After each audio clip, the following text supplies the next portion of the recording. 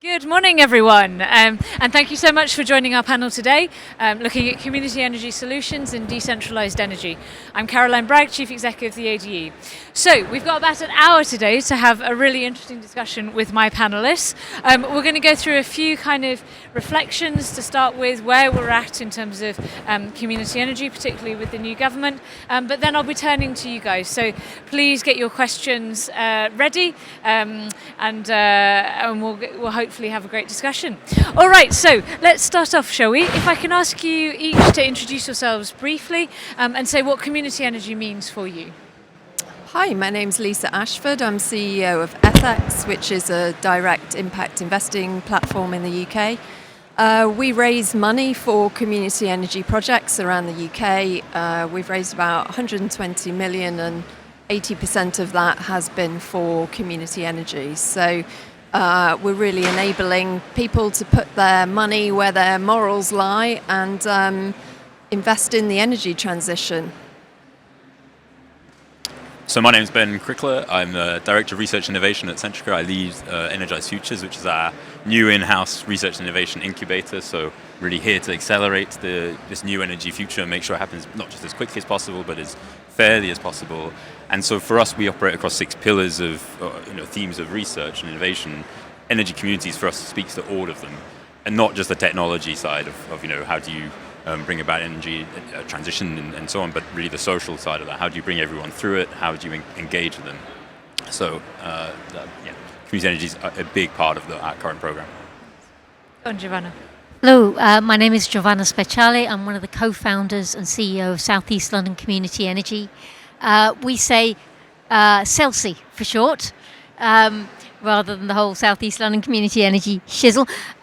We are a community energy group based in South East London. So I'm at the coal face of the transition, if you'd pardon the fossil fuel pun. And my organisation is working to enable a new, sustainable, fairer energy future for South East London. One in which energy is generated locally and renewably, one in which we enable demand reductions, and one in which we leave no one behind in that transition to this new, renewable, sustainable future. My organisation does a variety of work. We own and operate 0.5 megawatt of solar across community sites, and that's one of the things you might associate typically with community energy, but we do a whole bunch of other things as well. Along with many community energy groups, we also retrofit. We have 8 sites where community sites, schools, community centres, where we've retrofitted the lighting.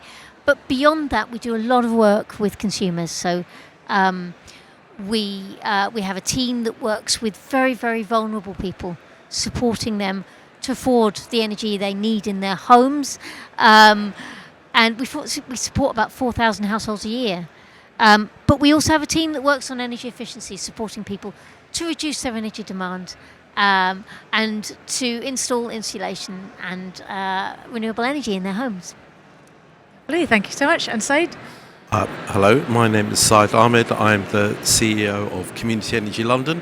We're the umbrella organisation for around about 40 community groups working across the city, of which Giovanna and CELSI are one of them. And what we try to do is act as an advocate and interface between the community groups and wider policy stakeholders in terms of making them understand why community energy is important to them, how it can help them deliver their policy goals, why working with communities and talking to individuals about the energy transition would lead to a more fairer and more effective way of rolling out a whole bunch of energy technologies, which we'll be talking about this morning. And just making them familiar with individuals such as Giovanna, such that local authorities in particular have confidence that they are, not only effective organisations, but really good partners in terms of working to deliver their areas of work. Thank you so much. Right, lovely. So to get started, I think, can we talk about some of the innovations that you're seeing in community energy, whether your own projects or things that you're seeing more widely in the country, things you're really excited about at the minute? Who would like to go first?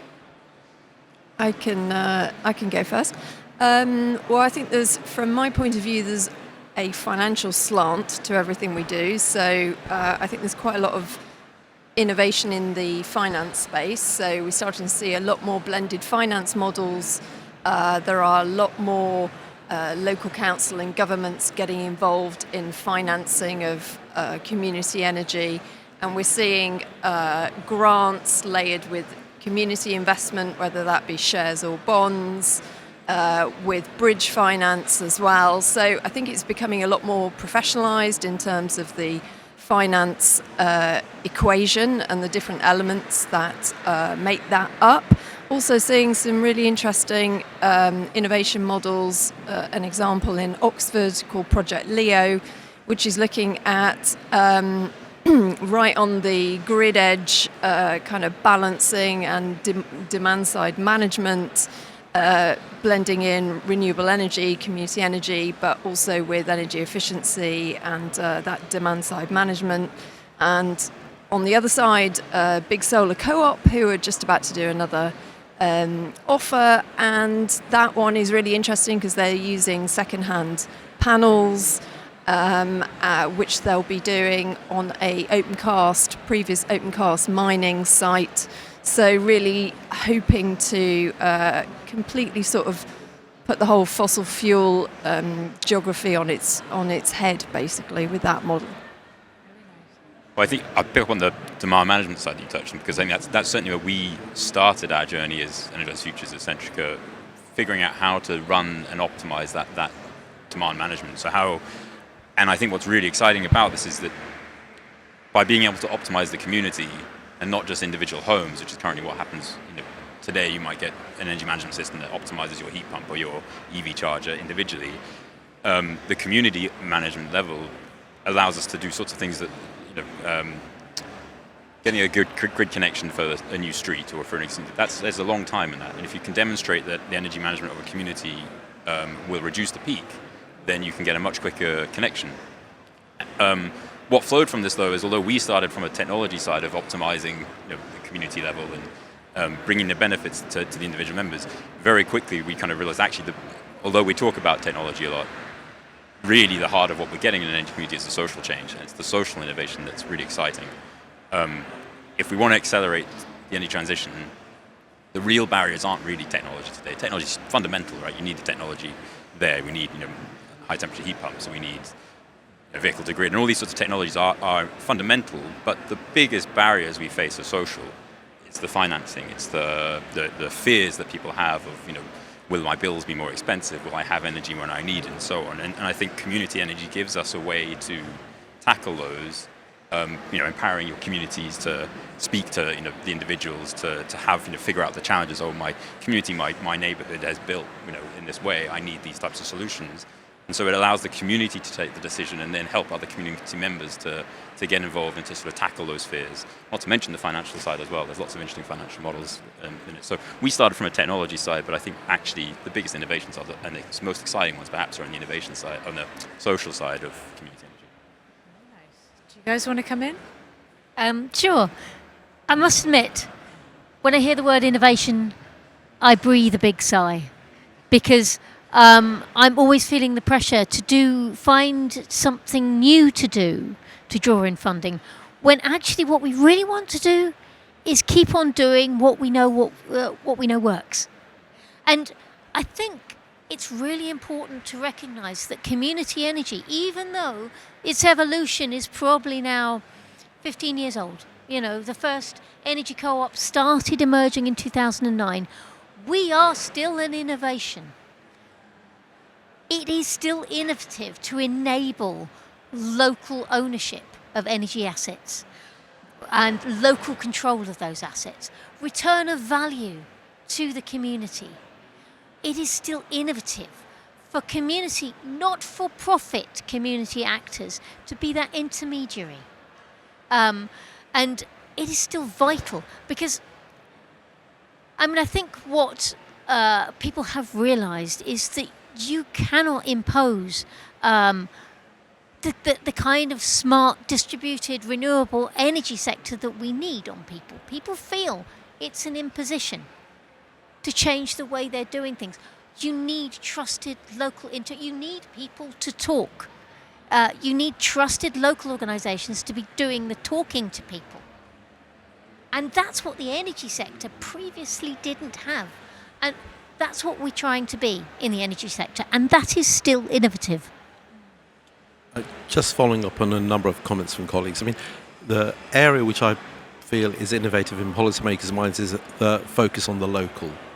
Because far too often we've seen policymakers and energy look at the supply side option, large-scale generation. We're still seeing that rolled out in terms of much of the government thinking at the moment.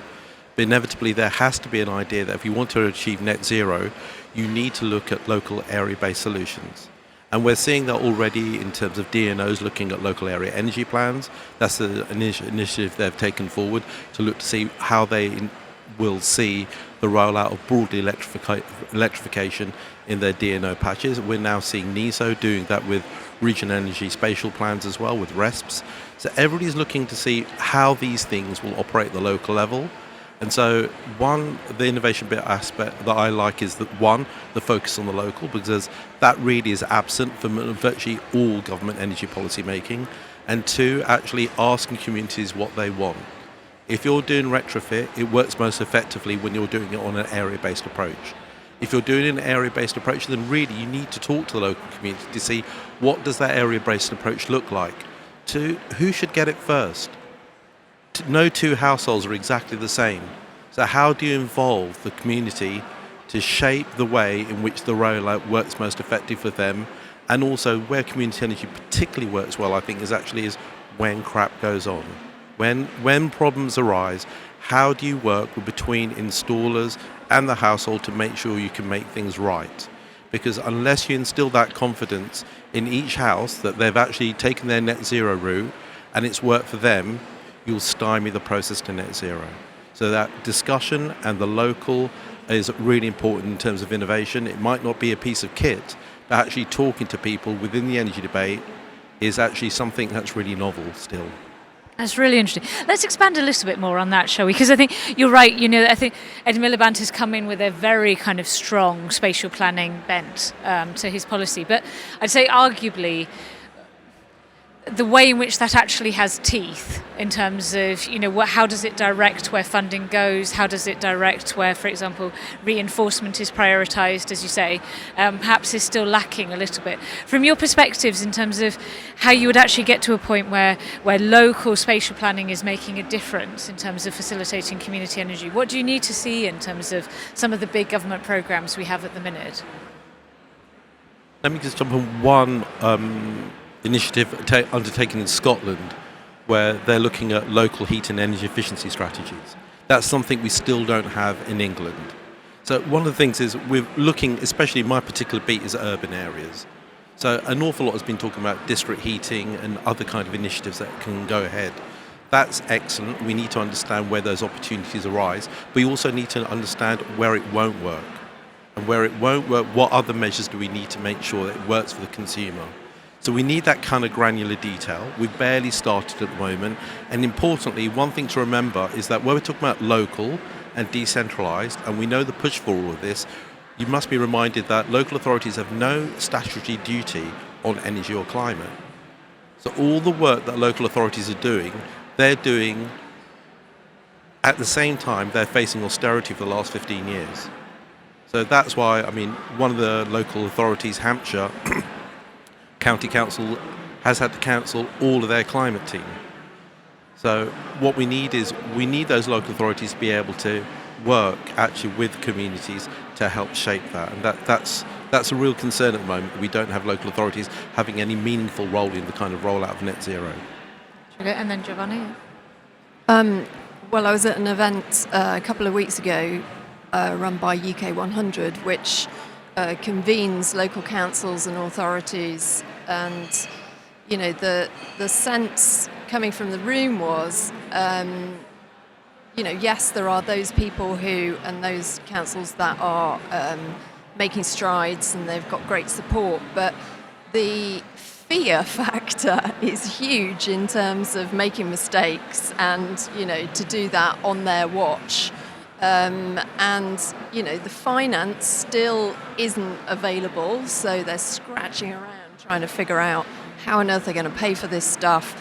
What's the payback period? Is that within the right realms in terms of, their own capability and watch. So, I think there's and I'm a little nervous, quite frankly, about what is the interaction between GB Energy and the local authorities. How's that going to work?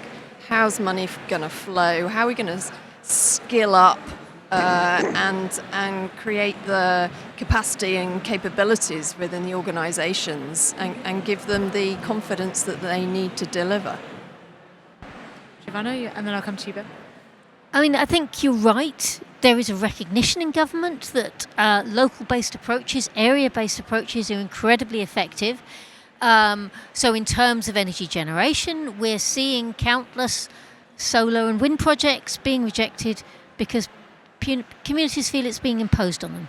There is no local ownership or control. They're being told, or they've been told by previous governments, that the green crap costs money. They feel it's going to put their bills up. And they can't see the benefit, so they're rejecting them. There's a local solar farm going through planning at the moment in Bromley, one of my local boroughs, and it's going to be rejected. And we're seeing this countless times. We need to think about enabling local ownership and control. That means enabling the community energy sector if we're going to reach the potential for renewable generation. But more importantly, it's the demand piece we need to think about. So the reason why we have so little retrofit happening in our streets, in our communities, is that it's not normal. The best way to enable retrofit is for somebody to see their neighbour doing it, to see their neighbour installing external wall insulation. Suddenly it becomes normal. That's why these locally based retrofit projects are incredibly effective, where you not only focus on individual households, but you lift a community. You use that community pressure to enable retrofit across the piece. But whilst there's a recognition, I'm not really seeing any effective involvement from the government with the community energy sector. So with renewable generation, we urgently need some policy. The community energy sector is continuing to develop, but it's in spite of government. In spite of government policy, the policy door is not yet open. It's open a crack. What would you want to see? What would I want to look like see? good Okay, engagement from do I the get a government? chance to do some asks? Yeah, of Okay, course, are go you on. listening? Yeah. Are you listening, Desnes? Again. Are you listening it? Okay. Well, the first one, so I'm urban-based. I'm an urban-based community energy group. I need a legal framework for rooftop solar. At the moment, we are constantly being blocked in developing new sites because actually there are risks for site owners. They don't want to hand their roof over to us for 20 years because that will restrict what they can do with their roofs for 20 years. There is a resolution to it. There's a legal resolution to it. We need one that can be applied across the country. We urgently need funding. So there's a paltry amount being put into the Great British Community Energy Fund, which enables us to do feasibility studies. It's not enough. It is just not enough. I would definitely reinstate community energy eligibility for tax incentives, for EIS, Enterprise Investment Scheme, etc. We're blocked from applying for that, and my schemes can offer 4% return on investment for say a rooftop solar development. We're competing against banks that can offer 4.5%. We urgently need some incentives to draw that money into the community energy sector. And on a long-term basis, and this is for the whole of the renewable energy sector, not just community energy, we urgently need a price stability mechanism. There are so many sites that Chelsea can't go ahead with. The site owner is really keen, but it just doesn't make sense financially because there is no price stability mechanism in place since the demise of the feed-in tariff. And I think in terms of energy efficiency and energy demand, you just need to fund it. Yep, We need to be funded to work with communities and to be doing that energy justice work. At the moment, community energy groups can't even apply for the main source of funding for fuel poverty alleviation, which is energy redress. We're barred from applying to that. We urgently need eligibility. Our eligibility to be criteria changed so that community energy groups can apply. It's interesting. Those are my asks. Then I'll come, and then Lisa, if I can come to you to talk a bit more about blended finance as well. Yes, go on. We should definitely feasibility studies and following from that. I think there's a place for us to help as industry and how we. Yes, so we should absolutely. And I think government needs to enable that cooperation. I think there's huge potential. Absolutely. For and that would be people my so in terms of the specific ask, I would like to see more in the discussion.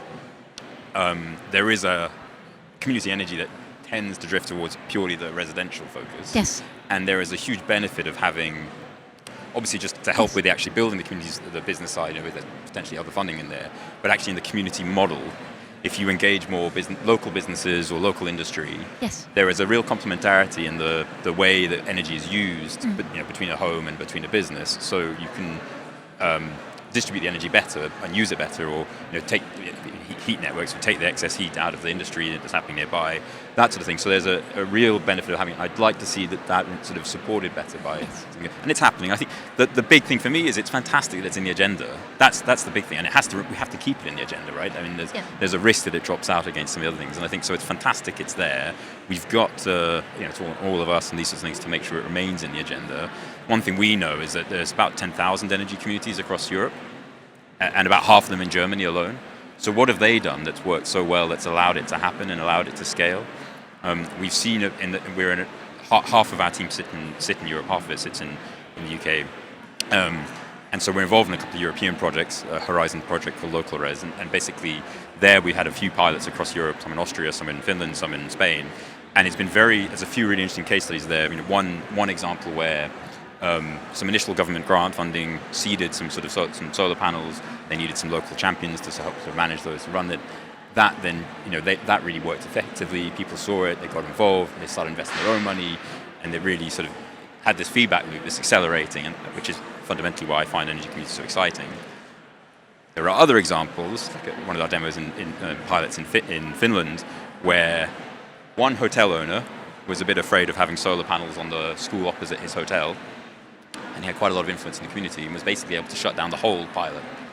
And so having this, getting the dynamic right, and those governance models, I think that's the other place where, the local. I think what you're doing in from your organisations is a fantastic example. How can government empower you guys to now bring that model out and your learnings and spin up more communities across the country? Really interesting. Can we touch a bit more about this funding? Because I think, across the board, we're seeing a government that is looking to move away from grant, right? That is the reality for most of the energy sector at the minute, towards blended finance models that involve a lot more of sort of equity, for example, or loans.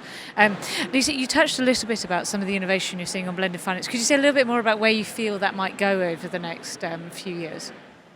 Well, where I hope it will go is that, as Giovanni mentioned, there is more available funding at the early stage for this innovation, for development which is at risk.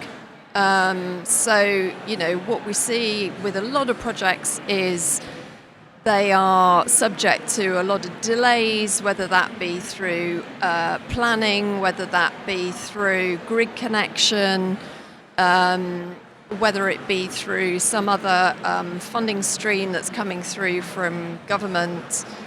So, we need more of that development finance up front because that's very much, as I said, at risk. And whilst we provide retail capital, we wouldn't expect individuals to shoulder that risk. So I think, institutions and government need to play their part there. But I suppose the point is, once you get that going and you're building up much more of a pipeline, which is really healthy, then you can add up all of these different finance mechanisms into the stack. So We need institutional capital, which might be for bridge finance, because projects need to get done sometimes by a certain date. But community ownership is obviously key to what we're doing. So the community's got to come in as well, but we can't expect them to fund it within 1 week. That's just not feasible, especially when we're talking about £1 million plus projects. So that's why we need the tax relief, because we can see that when actually EIS was applicable to community renewables, the amount of investment that was flowing from individuals was quite substantial, and it was quite frictionless. And, through one thing and another, just all of those things have been stripped away, whether it's feed-in tariff, whether it's EIS, whether it's FCA putting in more restrictions in place in terms of individuals taking action with their money. Actually, we've just got to really make that flow of capital a lot easier. And the money is there, it just needs a bit of lubrication to get to the right places within the right time. And government has the opportunity to help that happen. Interesting. Just to say that I'm not averse to the community energy sector still getting some grants. I consider it an investment, and from what we've seen from the Mayor's London Community Energy Fund, so when Sadiq Khan came in as Mayor, he recognised the benefits and the co-benefits that were delivered by community-led projects, and we helped establish the London Community Energy Fund. After an initial slow start, over the last 5 years, we've now gone through 7 rounds of funding. We've supported over 200 projects, and the important aspect about that is local authorities suddenly saw community-led projects started in their area with the multiple kind of benefits that they bring, and they thought, well, why aren't we supporting community groups that way as well? And interestingly, what we saw as well is that for many of the projects where feasibility funding was provided by the Mayor, when that project then went ahead, we saw 7 times the amount of return from local community investment through community share offers for the development and delivery of that project compared to what was given from the public sector through a feasibility grant. So this is investment, and it attracts new money through community share offers. We still have low recognition of community energy in London. We know very well that many other people want to be involved, not only in terms of investment, but helping planning applications, helping with the legals, helping with the technical aspects. We have a whole host of really talented people who want to actually help deliver a project in their area, often on an asset that they use, a church, a health centre, a community club, an arts venue, where they really want to get involved in making sure that they see that place benefit, reduce the energy bill so that they can then reinvest in what those services are actually kind of giving back to the community. So I'm not averse to actually grants. I see it as an investment, and I actually think that really there's very little areas in the energy sector that do not get funding. I mean, we are not small modular nuclear. We're not asking for 14 billion, but we're certainly asking more than 5 million that we got recently. Okay. Can I just of to add to that really quickly, it's all about buzzwords, isn't it? But buzzword is leverage there. So you're using that grant funding, which could be really quite small actually, to then create leverage and get investment, whether that then be from the community, whether it be from institutional funding, foundations, pension funds, So that relatively small amount of grant just acts as a catalyst for other finance to flow. Yeah, and in terms of energy efficiency and fuel poverty alleviation work, look, we did a study a little while ago. We found that for every £1 invested in a fuel poverty scheme, there was £9 worth of social value returned on that. Our clients typically save £350 from our energy advice work.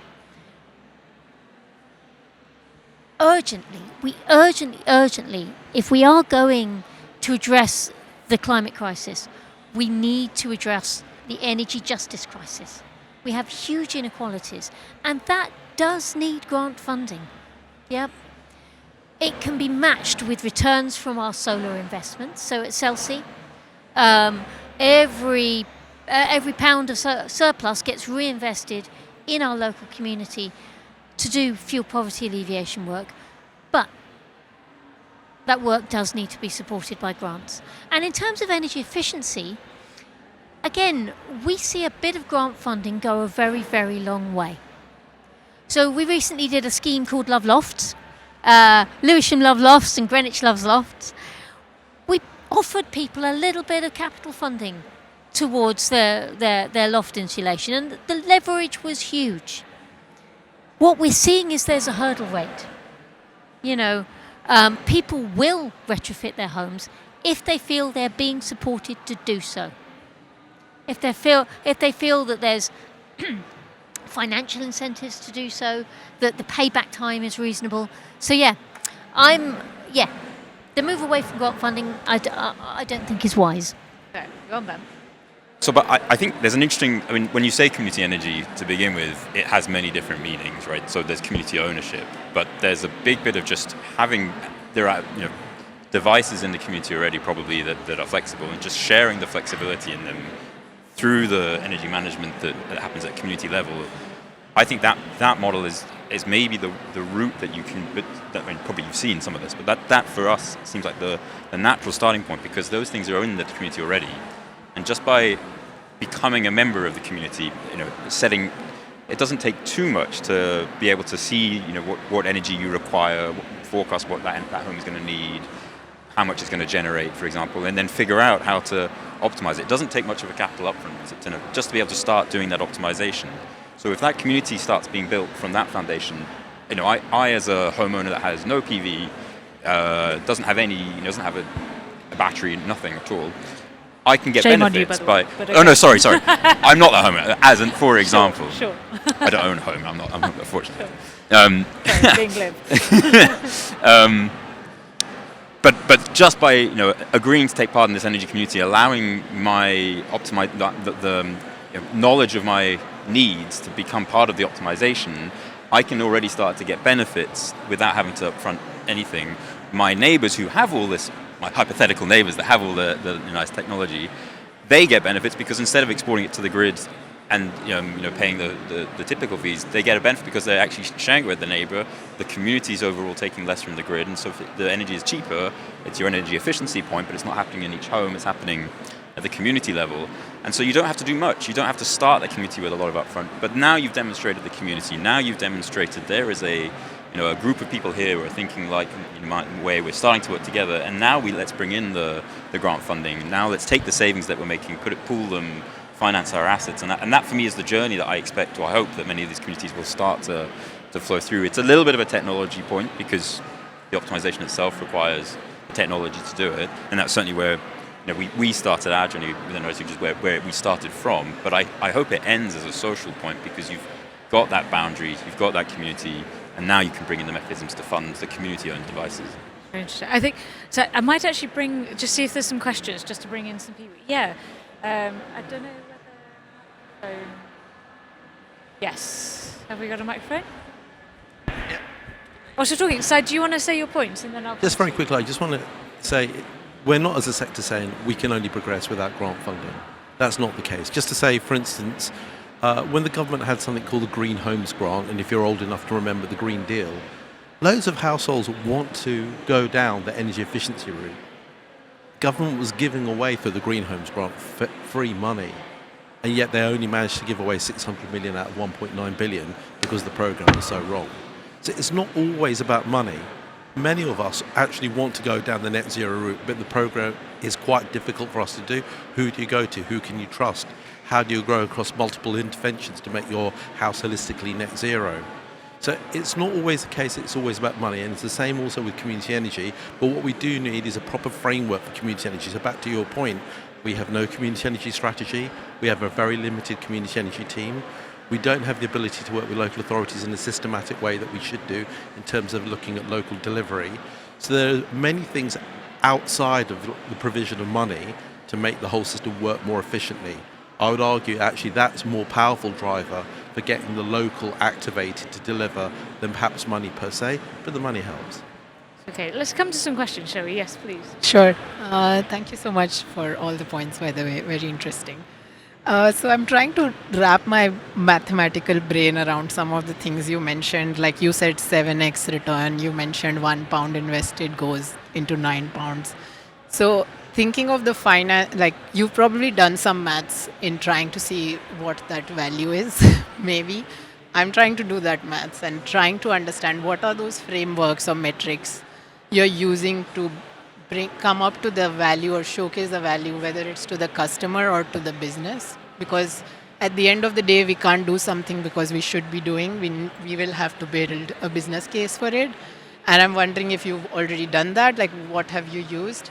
And second, like, what are those metrics? That's my question number one. And second one, what's that payback or return on investment coming from? Because we've talked about the inflow of the grant or wherever. Like, how do you see that outflow? Is it on bill savings? Like, what's that? I can make a very quick comment about the one that I mentioned, the 7 times value. So on the Mayor's London Community Energy Fund, there are 4 categories of funding, one of which is feasibility. And the problem always with community energy groups is that initial money, that initial slug of money to work out if a project's viable or not. So the Mayor would offer something of the order between £10,000 and £25,000, depending on the nature of the project, in terms of providing feasibility funding. And very simply, where a project was viable, and by and large, most of the projects that secured feasibility funding were a high probability of going ahead, the capital costs associated with the delivery of that project would be something of the order of like 70, 80, 90,000 pounds. So something like 7 or 8, 9 times actually the value of the feasibility, and all of that was funded through the community. So there would be a capital project of the order of about 100 grand for about £15,000 feasibility, and that 100 grand was paid through a community share offer. I hope that answers your question. Thank you, super clear. Lisa, do you want to go, and then I'll come to Giovanna? Yeah, so I mentioned UK 100. They recently put out a report which was in conjunction with Cambridge Research, and that was all about looking at the co-benefits of community energy and taking climate action. And so they're starting to try and quantify what the benefits are. So, you know, instead of talking just about CO2 reduction, what about local air quality, and starting to look and track GP appointments, you know, the respiratory related appointments and the reduction of those due to improved air quality, and starting to put a price on that. So that might be something to look at. Thanks. And Giovanna? Just to explain the £1 to £9. So I should explain what I mean by our fuel poverty alleviation programmes. Our energy advisors will work one-on-one with very, very vulnerable clients who are really struggling to afford the very basics in their home. They will help someone to get the right deal on the right tariff. They will help someone to get any grants or discounts. They will look at their behaviour. They will improve their energy efficiency. So they'll go to someone's home and install draft proofing, radiator reflector panels, enable them to get grant funding such as ECO or GBIZ funding. About 3 years ago, we did a study with, in partnership with Colin Nolden, who was at Bristol University at the time, and he used a social return on investment framework to measure how much funding we got for our fuel poverty alleviation work and how much value we got in return for that. So that's where the 1 to 9 comes from. I can give you the reference for that if you want.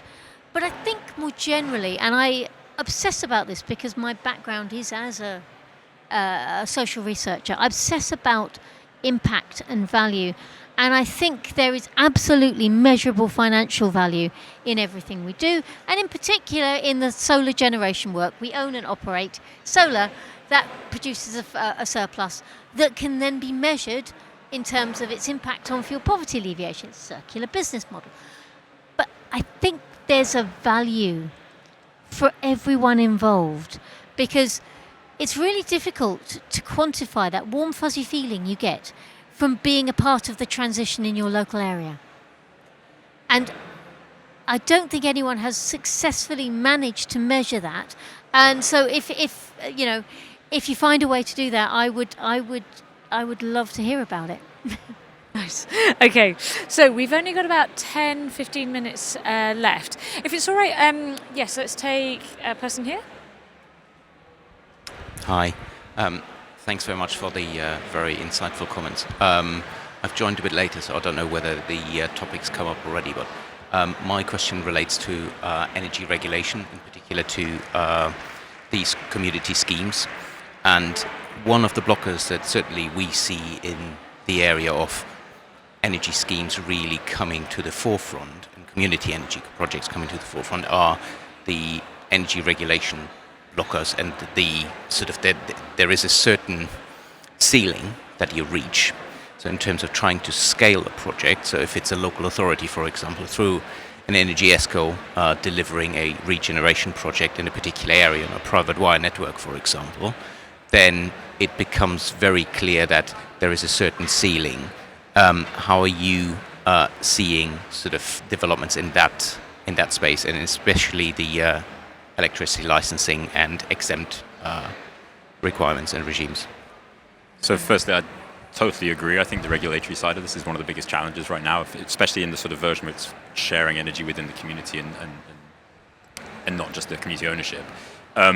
A few things. I think firstly, the fact that the way that grid connections are being prioritized, that's already the changes coming there, that's already useful, not just first come, first served, so that will help a little bit.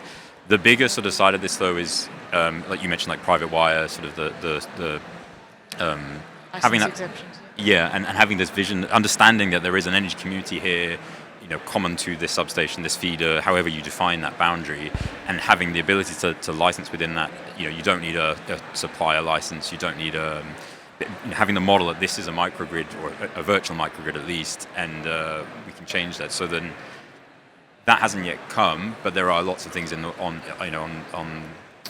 route. So P4411 is the one I'm most familiar with. So about having complex sites that allows you to then share behind that boundary.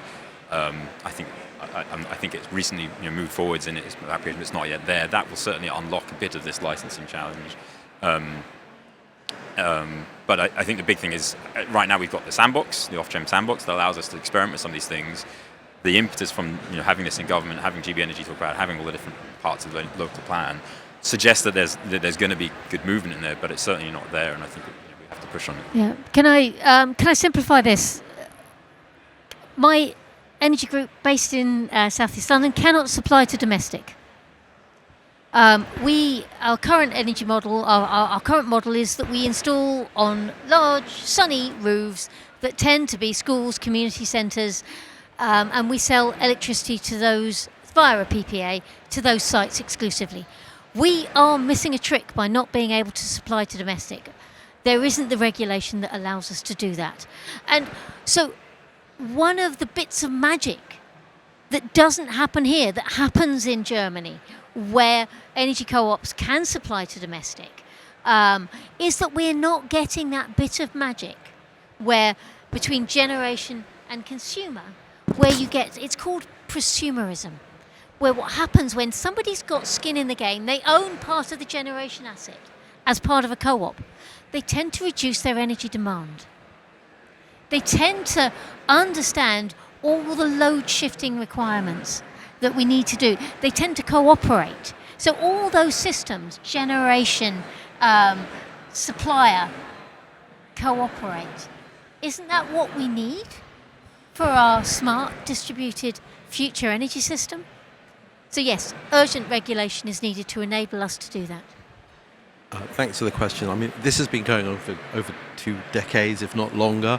And I think what the regulator and government officials have underestimated is the growth of decentralised energy. That's one thing. So whenever you look to off-gem future energy scenarios, with the national grid ones, they always underestimated the growth of decentralised energy.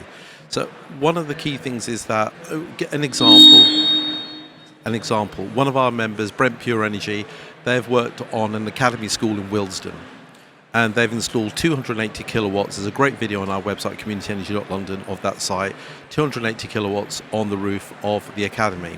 Now, That roof could actually hold half a megawatt of solar.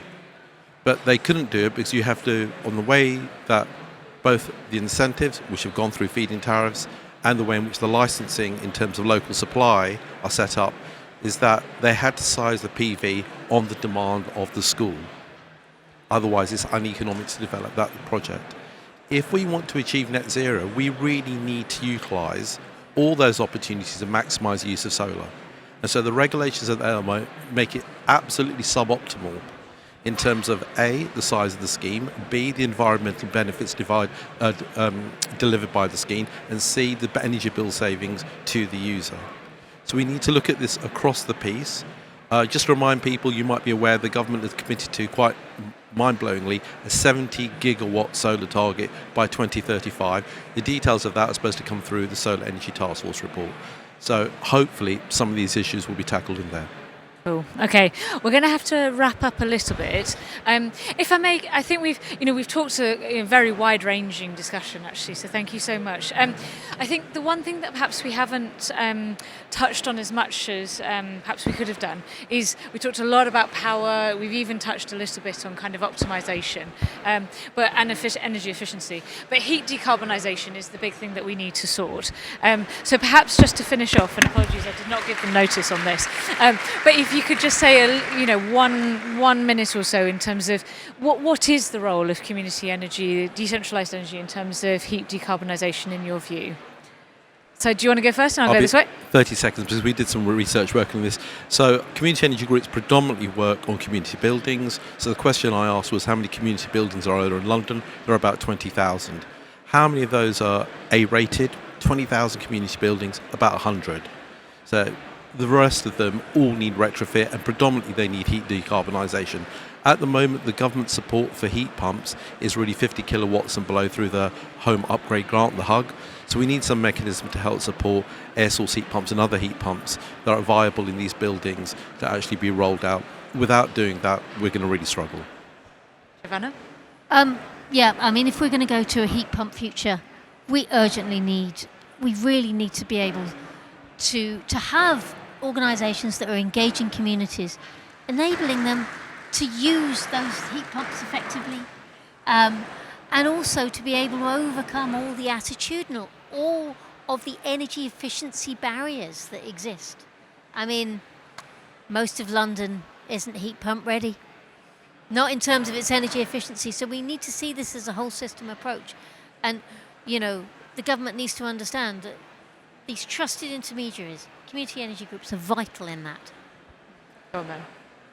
So when we think about heat pumps, I think there's two sides to it. One is, firstly, having a heat pump installed comes with some behavioural change in principle, right? They work differently to a boiler. So having a community around you that can help teach you that is powerful, but also reducing some of the fears around heat pumps or some of the reluctance, perhaps even financing mechanisms to reduce the costs. But I also think it's really important.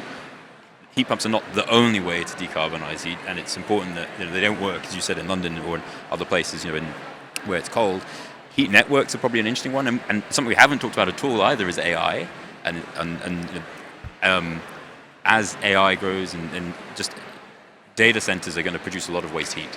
And if we look at heat, networks, and if there are ways to retrofit, that's a challenge in its own right. But if there are ways to bring heat networks and you bring that waste heat that's being produced by these growing data centers or other industry to your community, then that's also going to be a powerful mechanism to decarbonise. Very much. Lisa? I think there's a sort of geographic approach which could be interesting. So you're seeing Bristol City Leap project and the Coventry net zero strategy, where they can look at district heating on a much broader geographical level. So I think that's really interesting. Key will be, how are you going to bring the community into that, or will it be a completely sort of utility-driven approach? There are the start of a few groups that are looking at community-owned district heating, which I think is super interesting. So it's a bit of a watch this space. Very nice. Well, thank you so much. That's all we've got time for, but please could you thank our great panellists.